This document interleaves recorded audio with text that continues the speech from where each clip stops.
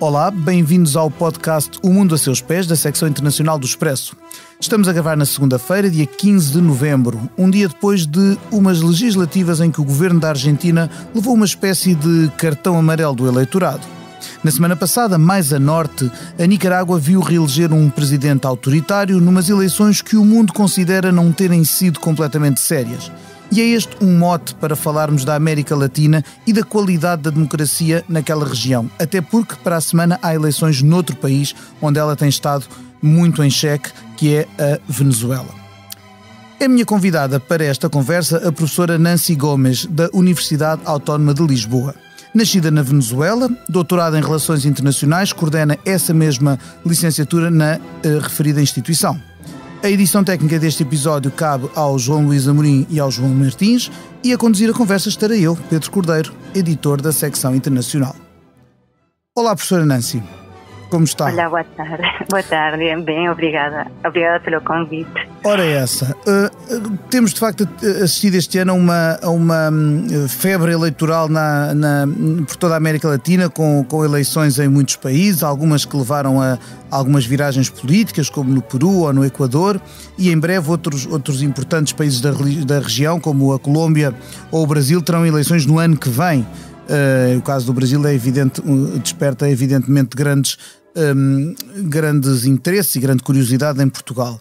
Mas, olhando para aquilo que temos e não para o futuro que ainda aguardamos, peço-lhe que, com base no que tem sido, sobretudo estas eleições mais recentes, a Nicarágua a semana passada, num ambiente de grande contestação por um lado, mas também de grande repressão dos adversários de Daniel Ortega, e agora na Argentina, num contexto democrático, mas com instabilidade política e algum conflito entre o presidente Alberto Fernández e a sua vice-presidente Cristina Kirchner, também ela antiga presidente, vinha perguntar-lhe o que é que se passa com a qualidade da democracia naquela região que parece estar sempre sob tensão.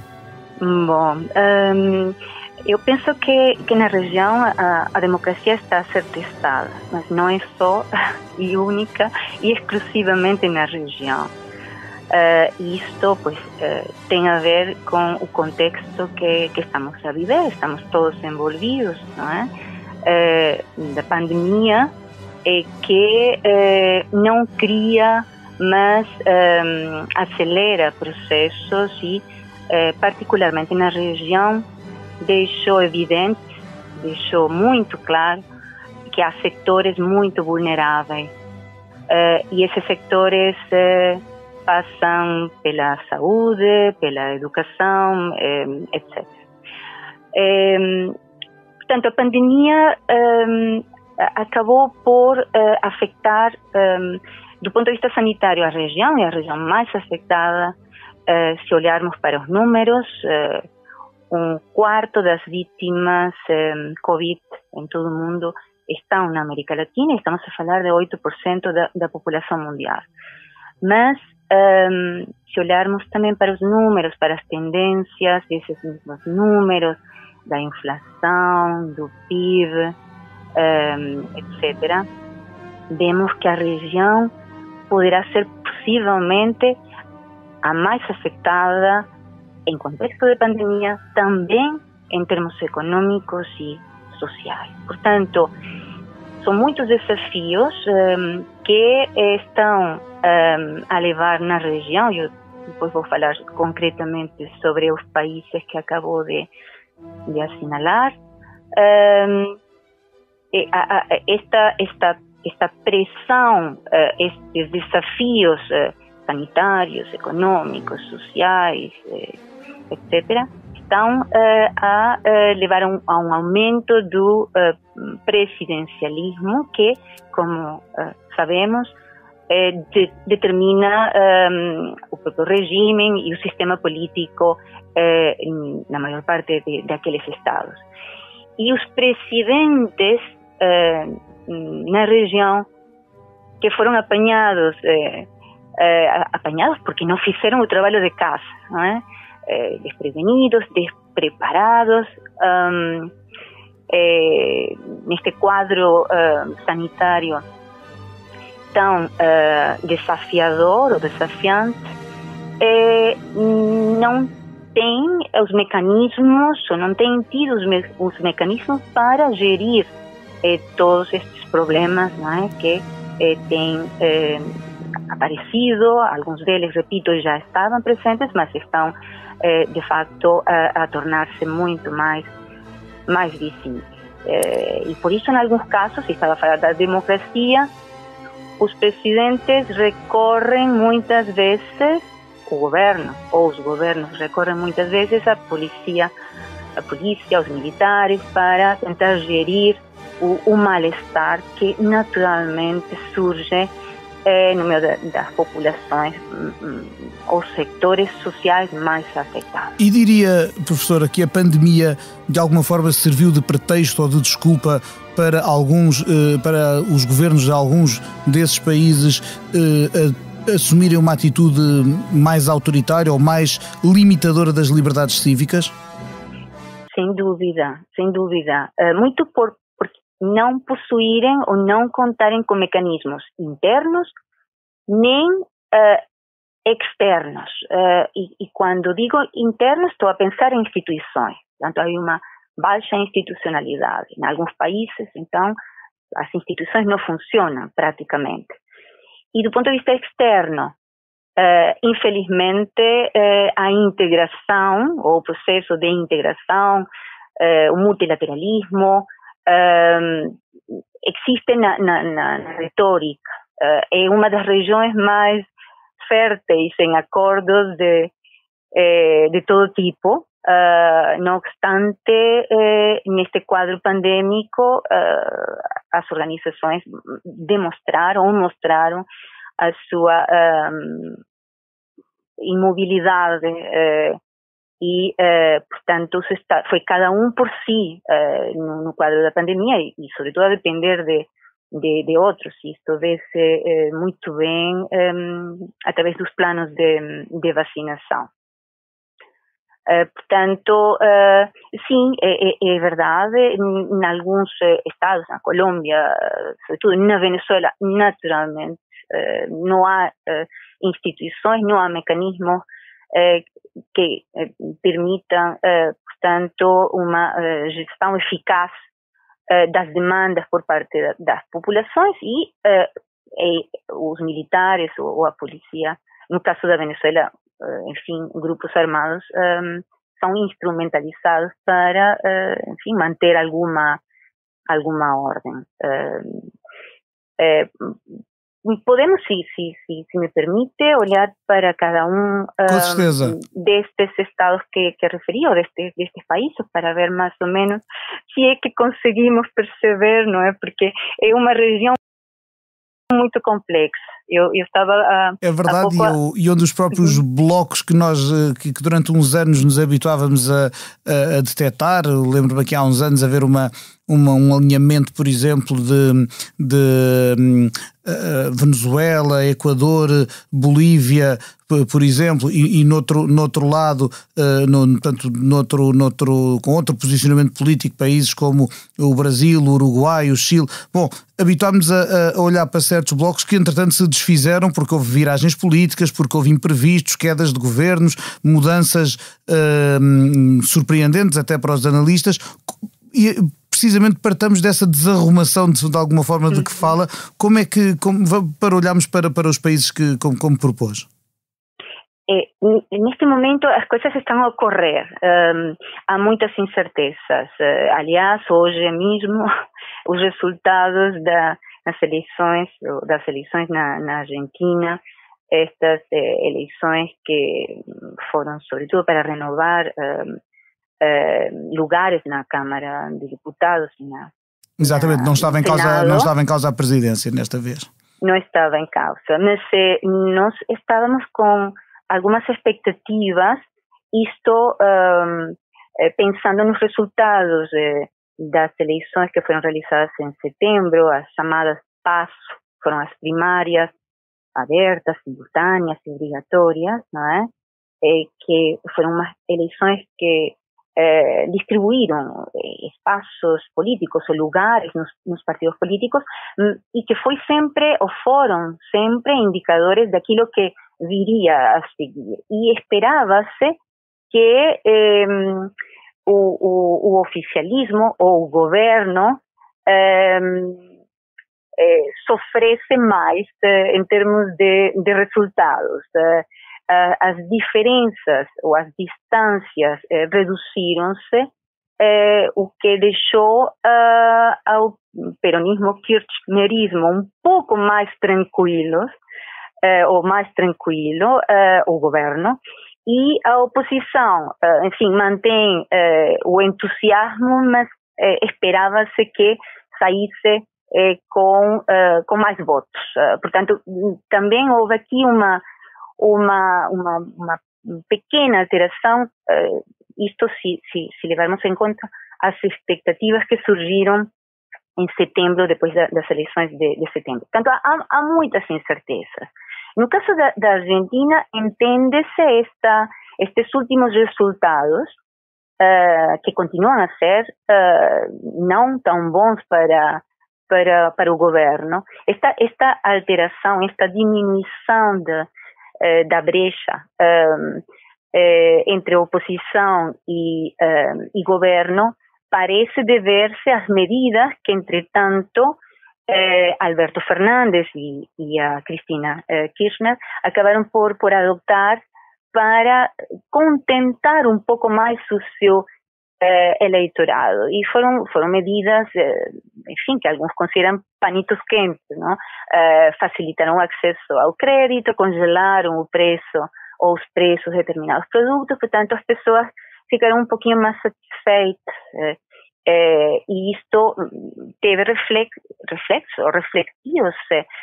sobretudo na província de Buenos Aires, tanto que é uma das que todos querem ganhar, não é? Claro, até porque representa uma percentagem significativa da população, não é? Exatamente. Temos a província, temos a área metropolitana, não é? Mas a província de Buenos Aires foi sempre peronista, ou tanto muito envolvida em toda esta dinâmica que o peronismo acabou por criar no país, que ainda hoje perdura, de facto. Há quem diga que não é um partido político, é mesmo uma forma de vida. O peronismo tornou-se quase um regime, não é? Sim, sem dúvida, desde os anos 40, porque o peronismo, nós vemos políticos de direita e políticos de esquerda abraçaram o peronismo, portanto, não há aqui uma ideologia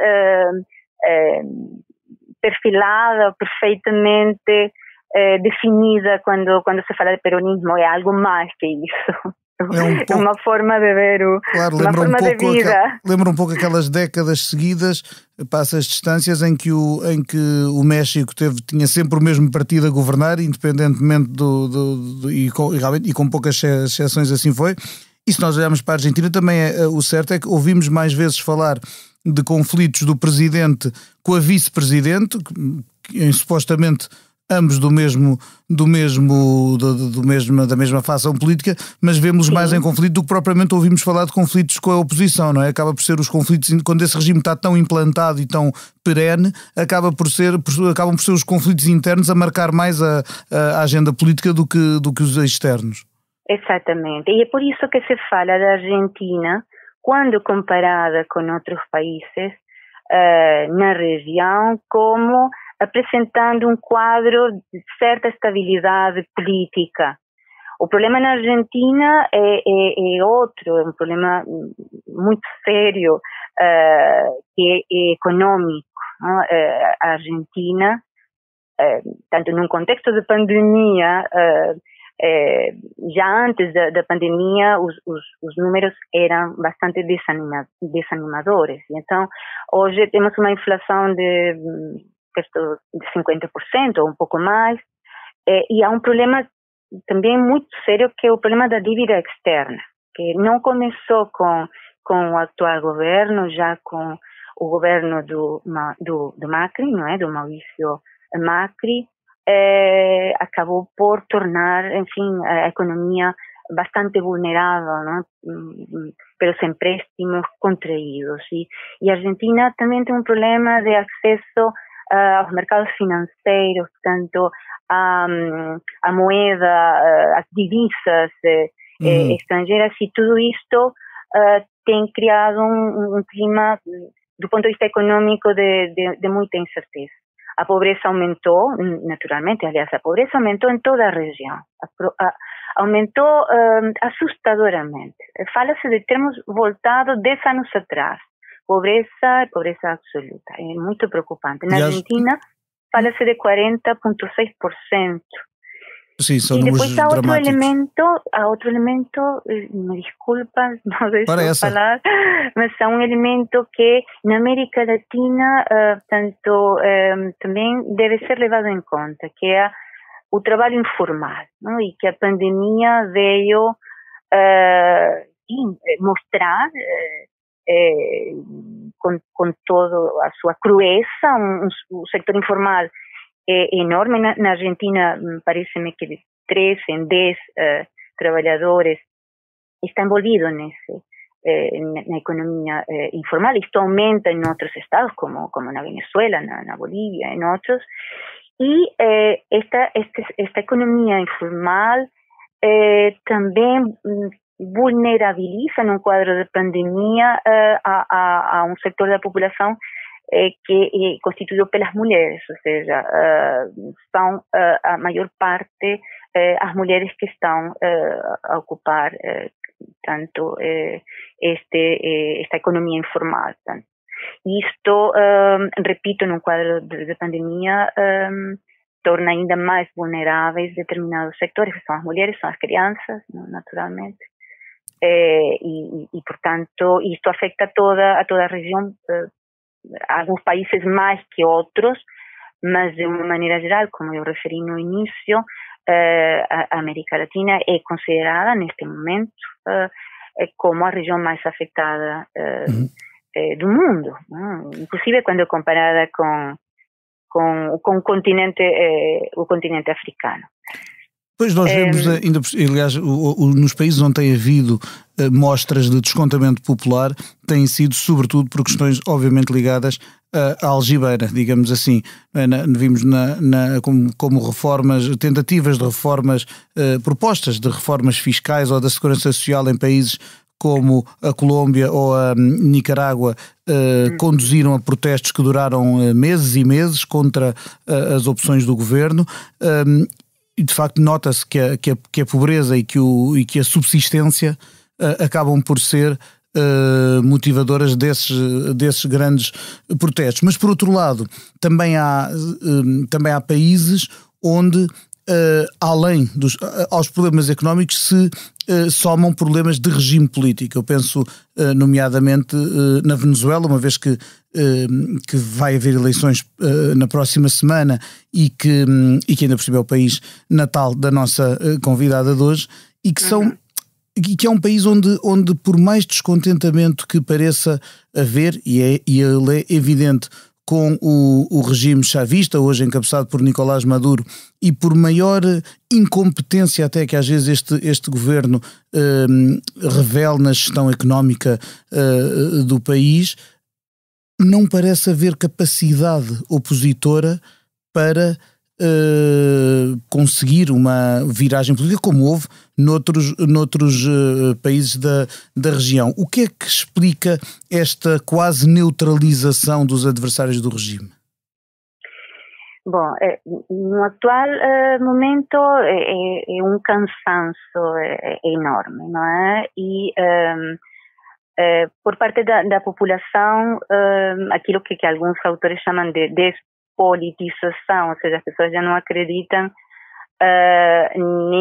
nesta oposição ou nestas oposições que têm surgido, que têm aparecido. Na Venezuela, portanto, há todo um processo, não começou agora, sabemos isso, e o processo tem levado ao desgaste. Houve momentos em que a oposição ainda conseguiu mais ou menos se organizar com uma liderança, mas depois não houve por parte dessa oposição uma mobilização o suficiente, nem os meios, porque nós não podemos esquecer isso, não é? Ou o apoio desde dentro, estou a pensar nas Forças Armadas, não é? As Forças Armadas nunca se colocaram ao lado da população, e também não houve apoio desde fora, apesar da retórica. Enfim, sabemos que há muitos governos que reconheceram a Juan Guaidó como o presidente interino, agora já não há tantos, porque entretanto houve algumas alterações, nomeadamente a própria maioria parlamentar que havia na Assembleia acabou, não é? Exatamente. Portanto, não havendo apoios, isto vai se desgastando. Depois, a Venezuela entrou numa uma espiral de deterioro do ponto de vista econômico, que tem conduzido à saída de muitas pessoas, não? Fala-se de perto de 10 milhões. Portugal é um dos destinatários de alguns quantos, não é? Del uso venezolanos, mas, enfim, tudo isto a criar, de facto, um cenário muito complexo. A situação da Venezuela tornou-se muito complexa, sobretudo, enfim, para além dos elementos que eu aqui referi, a Venezuela entrou numa espécie de jogo, não é? Enfim, envolvendo outros estados que vão também legitimando e apoiando o governo de Nicolás Maduro, nomeadamente a Rússia, a China, o Irão agora mais recentemente, Cuba. Portanto, Nicolás Maduro ainda tem amigos, entre aspas. Eu digo amigos porque Hugo Chávez falava de amigos e ele dizia que a sua política, e a sua política, de facto, foi conduzida, sobretudo, para os amigos, e ainda restam alguns, não tantos como antes, mas alguns bons amigos do regime. Portanto, estas próximas eleições, que vão ocorrer no dia 21 de novembro, próximo domingo, são as eleições regionais e locais.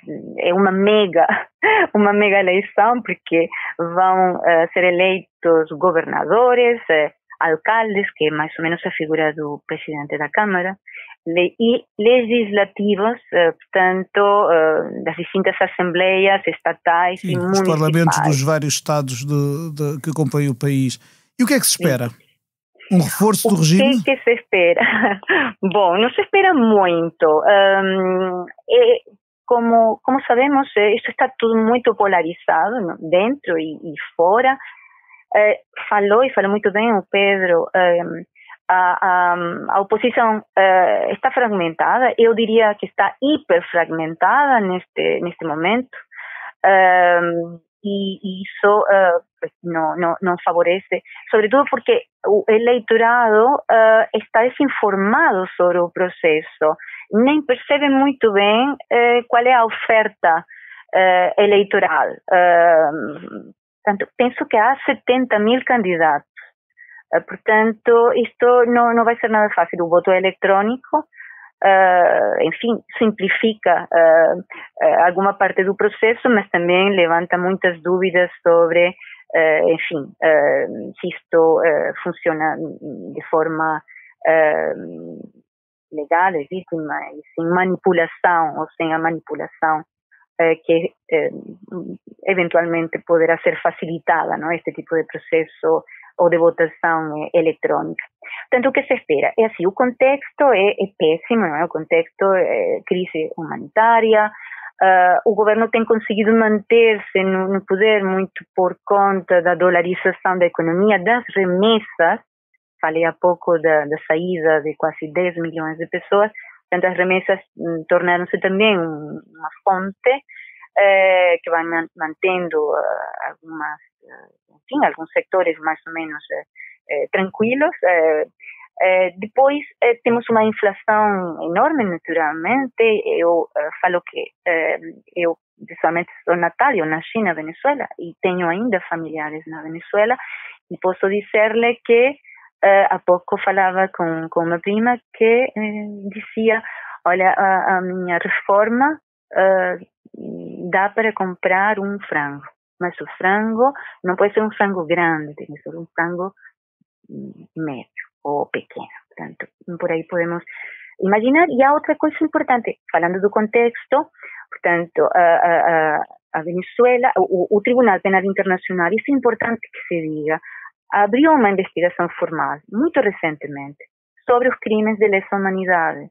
Portanto, isto contra alguns elementos do governo. Sabemos que o governo tem reprimido a mais de 300 presos políticos, etc., etc. Ainda no contexto, já les respondo sobre o que se espera, não se espera muito, mas ainda no contexto há negociações que estão a decorrer no México, é a quinta tentativa de negociações, desta vez com a mediação do governo da Noruega, e é precisamente durante estas negociações que se decide que para poder responder à demanda do governo de levantar as sanções que têm sido aplicadas a vários governos, a vários elementos do governo, a oposição, representada sobretudo pelos 4 grandes partidos da Venezuela, pediram, portanto, que se possa avançar com estas eleições, não é? Mais tarde com a possibilidade de um revogatório, portanto, um referêndum, e a seguir eleições presidenciais. Portanto, todo um cronograma, poderíamos dizer, eleitoral, um cronograma eleitoral, em troca do levantamento das sanções. O problema é que há já muitas irregularidades. A campanha por parte do governo foi antecipada, tanto quanto isto é ilegal. Têm sido utilizados recursos do Estado. Os mídias não são imparciais. Há veto contra os opositores. Muitos deles não têm voz. Há sempre o receio de serem acusados por crimes contra o que favorecem o ódio, são chamados crimes. Nós vimos na Nicarágua como ao longo do ano o presidente Ortega fez encarcerar todos os candidatos que podiam fazer-lhe frente nas eleições, acabando por ser reeleito de uma forma astronómica, tão astronómica quanto pouco credível, não é? É semelhante ao que se está a passar na Venezuela? Bom, só para terminar relativamente a Venezuela, e já passo para Nicarágua, na Venezuela o que muda agora nestas próximas eleições é que vai haver observação por parte da União Europeia, já está lá uma delegação, eu acho que isso é importante de dizer. Claro, ao contrário na Nicarágua isso não foi permitido pelo regime. Exatamente. Portanto, a observação, vamos ver, mas não se espera realmente muito das eleições na Venezuela. Na Nicarágua, em contexto de pandemia, portanto, não podemos esquecer isso, aumento da pobreza, um PIB que cai quase 9%, já não conta com a ajuda do governo da Venezuela e depende enormemente das remessas, mais de 15% do PIB. Portanto, Daniel Ortega consegue, numas eleições que já foram tanto criticadas, não só pela OEA, que é a Organização de Estados Americanos, que aprovou uma resolução dizendo textualmente que não foram livres, não foram justas, não foram transparentes e não têm legitimidade democrática. Daniel Ortega, convoca umas eleições tendo na prisão 7 candidatos opositores, empresários, portanto, num total de mais ou menos 30 líderes sociais e políticos, acusados precisamente de traição à pátria, branqueamento de capitais, etc. no que diz respeito aos empresários, isso é muito importante, porque é uma peça-chave. A Nicarágua, até comparativamente com outros países da região, estava a safar-se do ponto de vista econômico, pelo investimento externo, também as remessas, mas o setor empresarial mantinha um diálogo, um certo diálogo com o governo, portanto estou a falar de Daniel Ortega e a mulher, Rosário Murillo, mas a partir das protestas de 2018, que o Pedro referiu, e a repressão com mais de 300 mortos, etc., Daniel Ortega perdeu tanto a confiança do setor empresarial, e isto está a criar imensos problemas. Tanto neste momento conta com 9% de aceitação, e para poder conseguir, enfim, manter-se no poder, se o governo mais parece somocista que sandinista, o que é uma coisa assim absurda, porque ele pertence ao movimento Sendero, não? O movimento, sandinista, que lutou contra a Somoza. Portanto, o que ele está a fazer? Ele vai ajustando a legislação eleitoral, vai reformando a Constituição, e com a justificação de que ele tem o direito humano de poder ser reeleito às vezes que quiser, então vai se candidatando, e este é o 5º mandato, portanto, desde 2007. Depois de já ter estado no poder no final do século XX, durante também uma série de anos. Mas ele fez uma gestão que consideram que até não foi má, mas ele estava envolvido em toda a dinâmica precisamente da frente sandinista. Pois é ver alguém que lutou contra a ditadura de Somoza e que é hoje o rosto de uma ditadura. Aliás, basta, a Nancy falava-me de nomes, de números, aliás, e eu comparo aqui os 9% de aceitação que referiu com os 76% que os resultados oficiais dão nas últimas eleições ao candidato e presidente Daniel Ortega, que é realmente algo bastante contraditório, não é? Não, mas olha, segundo há uma ONG, Urnas Abertas, é o nome da ONG, a participação alcançou 18,5% do total. Portanto, o problema deste tipo de regimes é que não há transparência. Claro, e depois é mais um sinal também de alguma desmobilização da oposição após o impedimento à candidatura de uma série de figuras que podiam ter feito alguma frente nas urnas a Daniel Ortega. Bom, com estas considerações, o nosso tempo está a chegar ao fim. É o que acontece quando as conversas são interessantes e fluidas, o que é mérito da nossa convidada, mas eu não posso deixá-la ir embora sem fazer a última pergunta do episódio, que é aquela que faço a todos os que passam aqui pelo podcast O Mundo a Seus Pés, e é esta: se neste momento pudesse viajar para qualquer parte do mundo sem restrições, sem pandemias, para onde é que iria e porquê? Eu quero ir o mais rápido possível ao Egito, porque ainda não vi as pirâmides, portanto é o destino que está neste momento na minha intenção e no meu desejo. Parece-me uma excelente sugestão, deixamo-la aos nossos ouvintes.